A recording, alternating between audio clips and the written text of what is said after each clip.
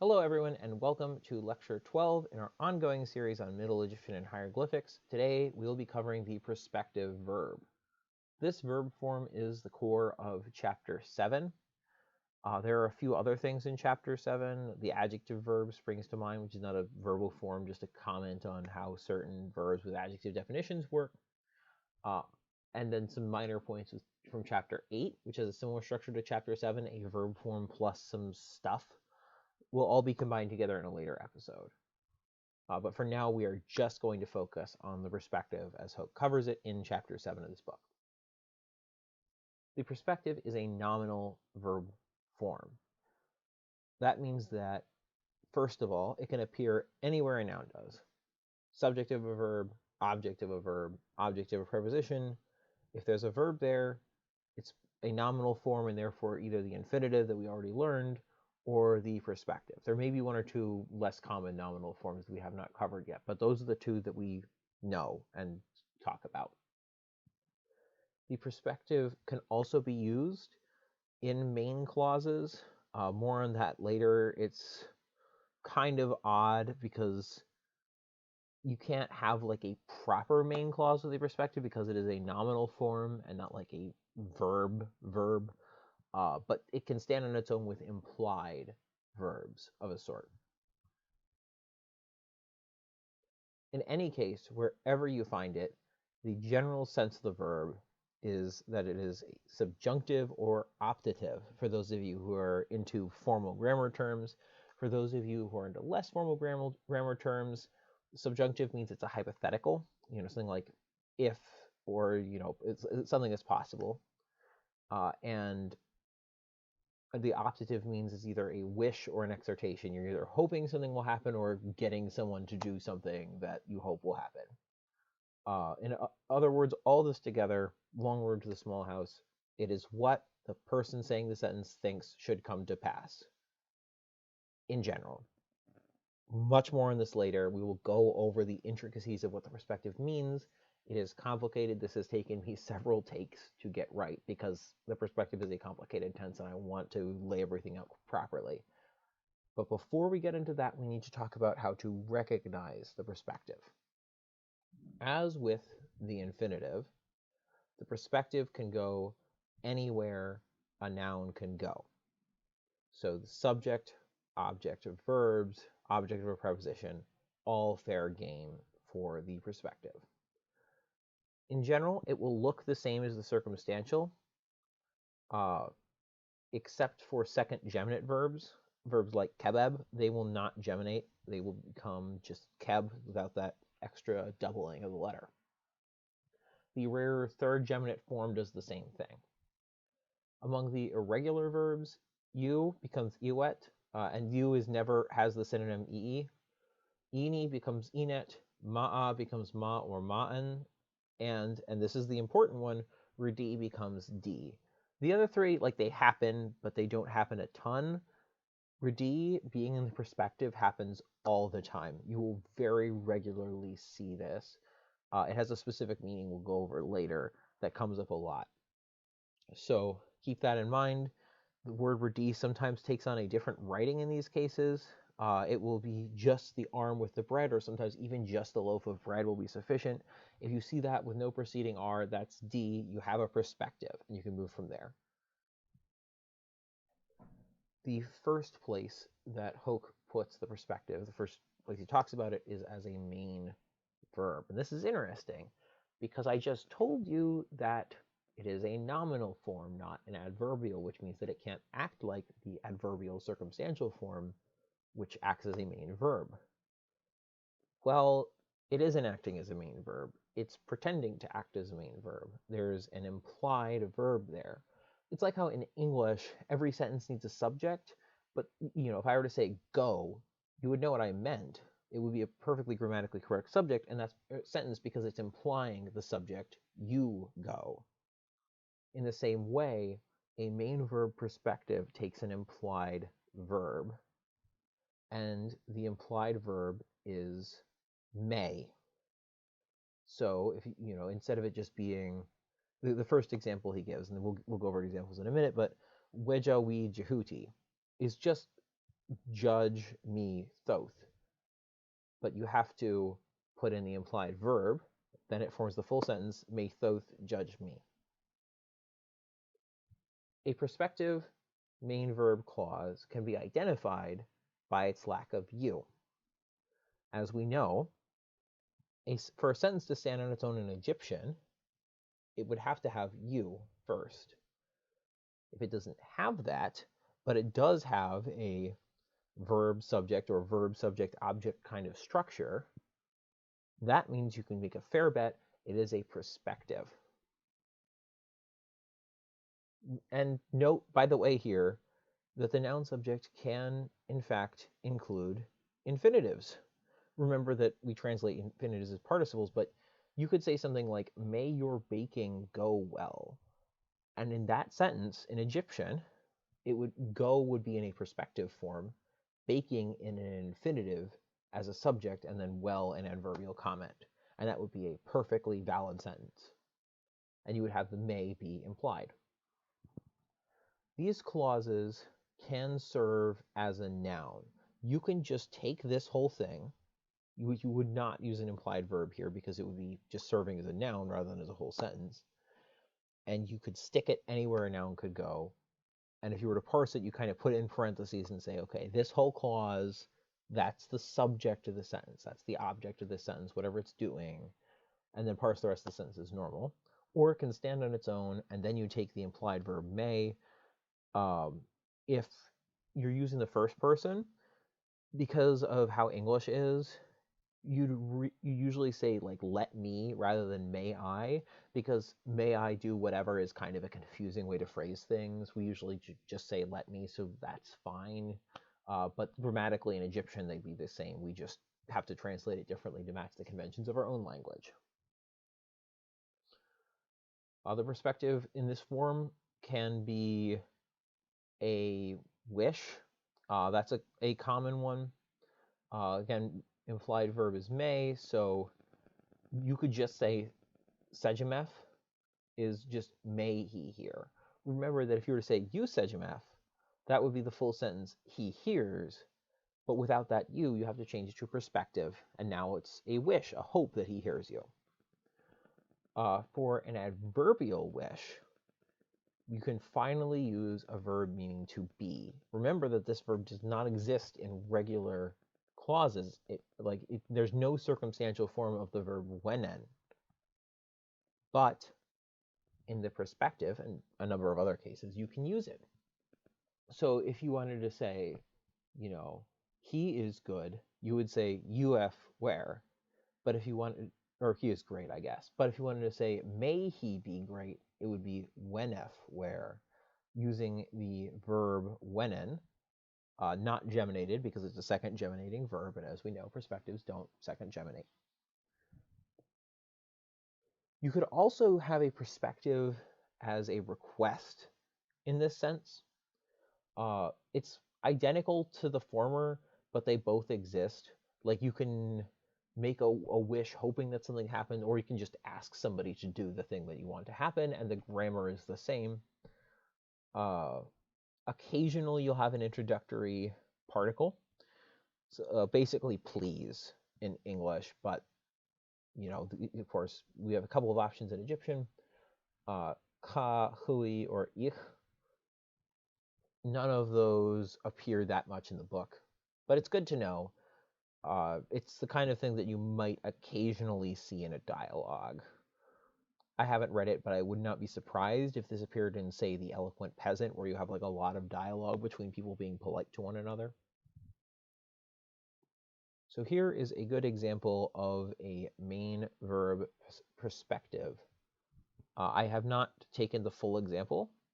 I've only taken the first part because it is the example 3 in section 72 is actually 2 in a row.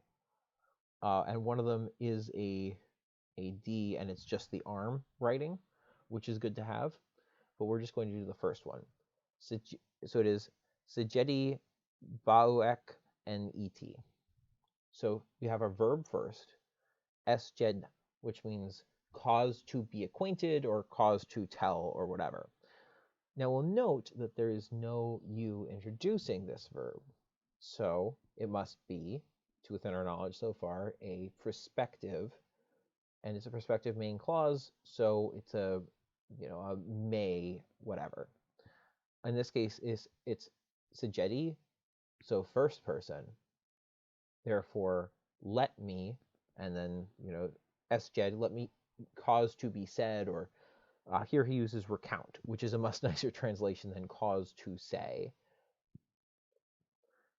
Ba'u ek, might, and then with the second person ek ending, it's your might, net, to the king.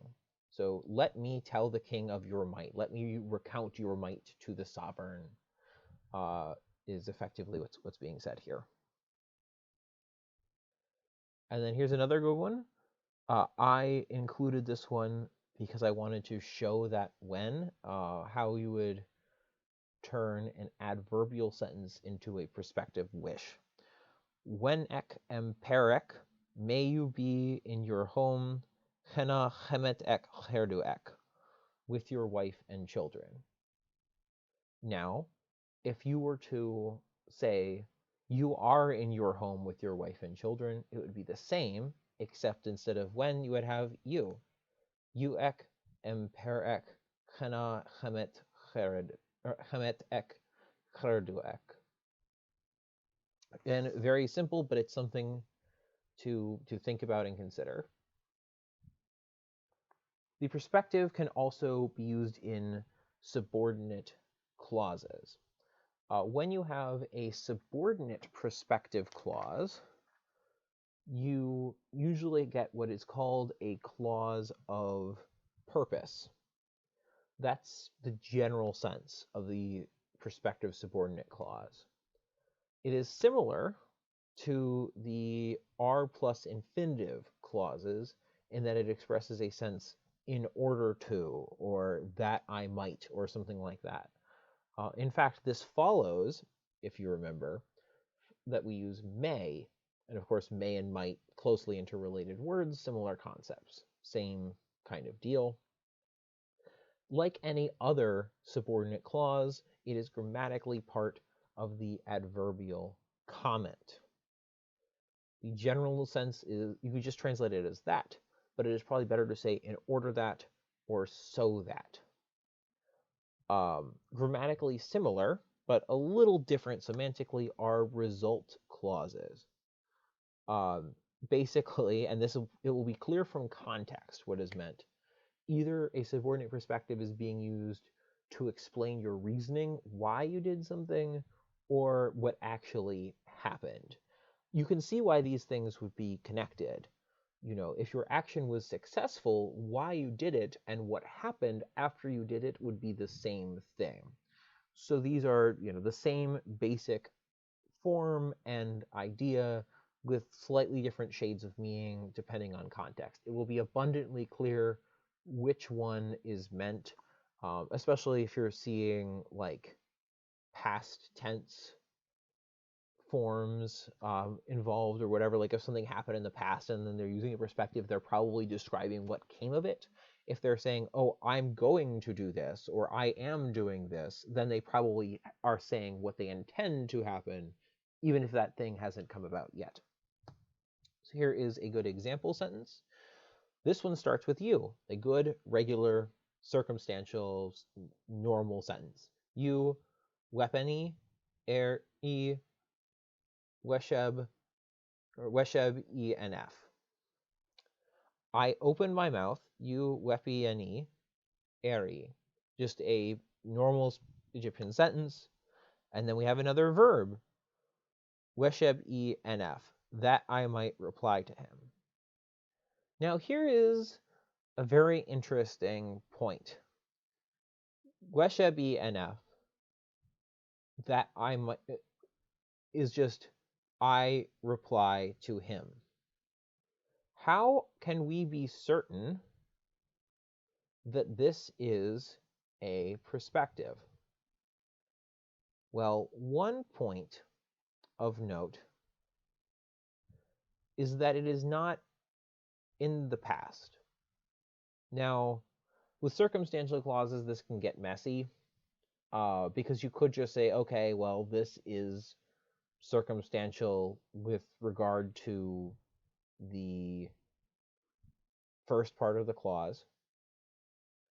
But the fact that it is not does add a little bit to that. In truth, though, I think it is arguable that the meaning is identical in any case. That either I open my mouth that I might reply to him, or I open my mouth that and I replied to him are fundamentally the same. You are now beginning to see the difficulties we can have with Egyptian grammar. This is a very short sentence, and the meaning isn't ambiguous, but the grammatical parsing is, even though both of them kind of lead us to the same general outcome. This is why it's so important to pay attention to precise matters of grammar, even if they can seem kind of pedantic. Sentences get much more complicated than this with equal degree of ambiguity, and knowing where and why each word is critical. Otherwise, you will simply be unable to parse them. The perspective, as I mentioned, can also be used as the object of a verb, using the whole perspective phrase.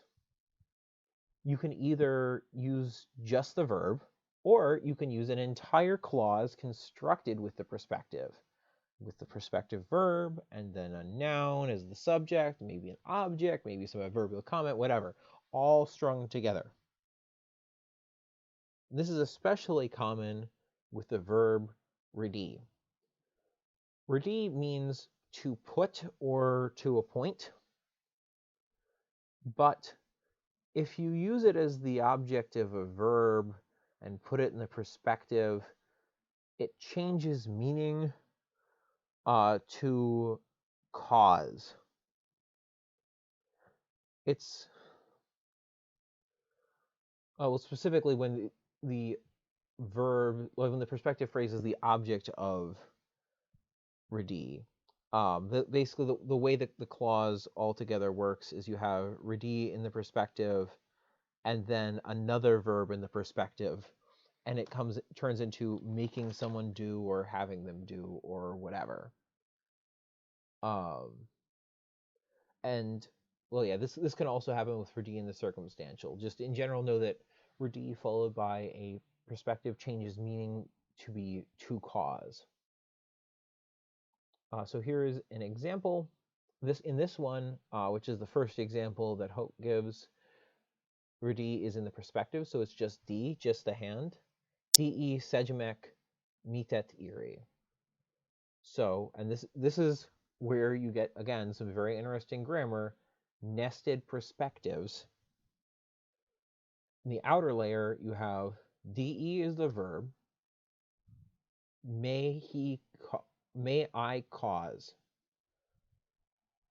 because D is to cause when it's followed by perspective, which we know that it is. Put in the perspective, you have to take the, and with nothing preceding it, you have to take it as an implied may, and then the subject is I with the E, so may I cause, and then the entire object of that verb is segemek mitet iri. That whole phrase is one noun, and within that phrase, segem is our verb with ek as the subject, and the object is mitet iri. And the whole thing altogether means, may I cause you to hear something like it. Which is a little convoluted. That's not something we would ever say. In English, a more fluid translation, if you're going for something more literary, is, I'll tell you something like that, or, here is something similar. But this is the peculiarities of Egyptian grammar. In fact, an even more literal translation, the one Hope gives as another option, is, may I cause that you hear the likeness thereof, which is what that iri is doing, is a thereof kind of statement. And mitet being parsed here, I guess, as a noun, as likeness, as well as, yeah, I think No, that would be the appropriate. Mita is likeness. Yes. Perspectives can also be the object of prepositions. Grammatically, I just realized I misspelled prepositions. Grammatically, it is not very different from having an infinitive with a preposition ahead of it. In general, they all have their own meanings. They don't come up a lot. Not nearly as often as infinitive plus preposition phrases. If you see a verb after a preposition, bet on it being an infinitive unless there's a really good reason to know otherwise. Like if it's a third week and the I is still there, for example, then you can say, okay, definitely a perspective. But otherwise, it's almost certainly an infinitive. But there are a few, usually prepositions that don't take infinitive stuff very often, or where the meaning is identical, where the perspective does get used. Of note, and meroet plus the perspective means in order that. Viewers who are paying attention will notice that that is the same as using the perspective as it's as a subordinate clause. It is emchet plus perspective means after or when. That's the same as with the infinitive. This is another case where there are two possible interpretations and they're the same. The only thing is that an infinitive will rarely have like a whole clause attached. Like sometimes, yes, you get like the implied subject, implied object, but if you see a whole phrase, it's more probably a perspective. The perspective tends to turn into a whole clause when it's used, rather than just the possible implication of a subject or object. And then you have tepa plus the perspective. And this one, I don't believe we learned about tepa plus infinitive. Tepa plus perspective means before. Tep means head, by the way. This is a pretty common thing in Afro-Asiatic languages, total aside, that head means before or at the front of or whatever. Of particular note, Yom Kippur is, no, not Yom Kippur, that's the Day of Atonement, the Rosh Hashanah. Rosh is head in Hebrew. So Rosh Hashanah is the head of the year. Egyptians do the same thing. Head usually means front or before or most important or whatever. And that's pretty much all we have to cover on the perspective. There are not a ton of like points to get through in listing, but this is really something you have to get a feel for. I recommend really thoroughly doing the exercises in this chapter, more so than any other. More stuff is going to get piled on, and you'd want to have the perspective down. Because, yeah, the next thing is another verb form, which is the stative. Stative is not as hard as the perspective, and it's one of the more interesting ones, I think. And rest assured, yes, there will be an example video for chapters 7 and 8, and yes, it will cover in detail examples of the perspective, because you will need it. Coming up in the exercises, something you will certainly have to do if you're using this textbook for a class is the shipwreck sailor. The shipwreck sailor is full of perspectives. It's full of people explaining why they did stuff. So make sure you understand these forms. They will be a huge help to you in the future. And yes, I do promise I am going to keep making videos. Things have been slow because I have a job and other responsibilities, but I do like making these videos, and you can expect them to keep coming. So thank you for watching. We will continue next time with the stative.